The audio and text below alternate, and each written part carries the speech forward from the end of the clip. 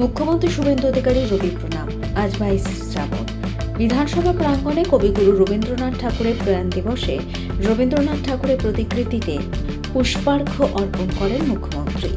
এদিনে অনুষ্ঠানে উপস্থিত ছিলেন মুখ্যমন্ত্রী শুভেন্দু অধিকারী, বিধানসভার অধ্যক্ষ রথীন্দ্র বোস, বিরোধী দলের নেতা ঋতুব্রত ব্যানার্জি, বিধানসভা প্রধান সচিব সোমেন্দ্র দাস এবং অন্যান্য শীর্ষ আধিকারিকেরা। 9 আগস্ট আরজিকর অভয়াকাণ্ডে 2 বছর পূর্ণ হবে। রাজ্যে সরকার বদলের পর নতুন করে এই মামলার ফাইল খুলল আরজিকর ঘটনা। সিবিআই কি পারবে এবার বিচার দিতে? আরজিকরের ঘটনা বিচার প্রক্রিয়ার বিষয়ে মুখ খুললেন স্বাস্থ্যমন্ত্রী শারদ মুখোপাধ্যায়। রাত মৃত্যুর আগে এবং পরে কারা ছিল, যারাই ছিল তাদের সবার সঙ্গে আমাদের আরেকবার ডেকে নিয়ে তাদের সঙ্গে কথাবার্তা বলা হবে। না, এখন স্বাস্থ্য দপ্তরই করবে। স্বাস্থ্য দপ্তরের নিজস্ব যেটুকু দল আছে তারাই করবে। প্রক্রিয়া শুরু মানে আমাদের আক্ষরিক অর্থে শুরু হয়ে গেছে, কিন্তু প্রত্যক্ষভাবে ডেকে কথাবার্তা বলা এখনো শুরু হয়নি, সেটাই শুরু হবে।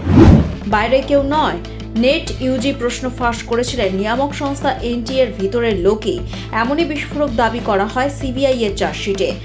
প্রশ্ন ফাঁসে জড়িত উদ্ভিদবিদ্যা প্রাণীবিদ্যা বিশেষজ্ঞ মনীষা গুরুনাথ মন্ধারে, রসায়ন বিশেষজ্ঞ অবসরপ্রাপ্ত অধ্যাপক প্রহ্লাদ ভিত্তল রাও কুলকার্নি এবং পদার্থবিদ্যা বিশেষজ্ঞ মনীষা সঞ্জয় হাওলদার।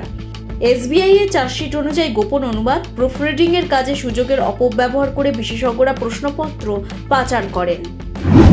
ইসলামপুরে প্রকাশ্যে শুট আউট, স্কুলে যাওয়ার পথে দুষ্কৃতীদের গুলিতে মৃত প্রধান শিক্ষক। শনিবার সকালে এই ঘটনায় ইসলামপুরে মাদারীপুর এলাকায় আতঙ্ক ছড়িয়েছে। কে বা কারা এই ঘটনার সঙ্গে জড়িত তা এখনো জানা যায়নি। ঘটনার তদন্ত শুরু করেছে ইসলামপুর থানা পুলিশ। হিমাচল প্রদেশের চম্বায় 100 ফুট নিচে পড়ল যাত্রীবাহী বাস। শনিবার সকালে এই দুর্ঘটনায় 7 যাত্রী মারা যান, আহত হয়েছেন অন্তত 11 জন। আহতরা হাসপাতালে চিকিৎসাধীন। পুলিশ সূত্রে খবর, এদিন সকাল 6:30 নাগাদ একটি বেসরকারি বাস বৈরাগড় থেকে চম্বা যাচ্ছিল।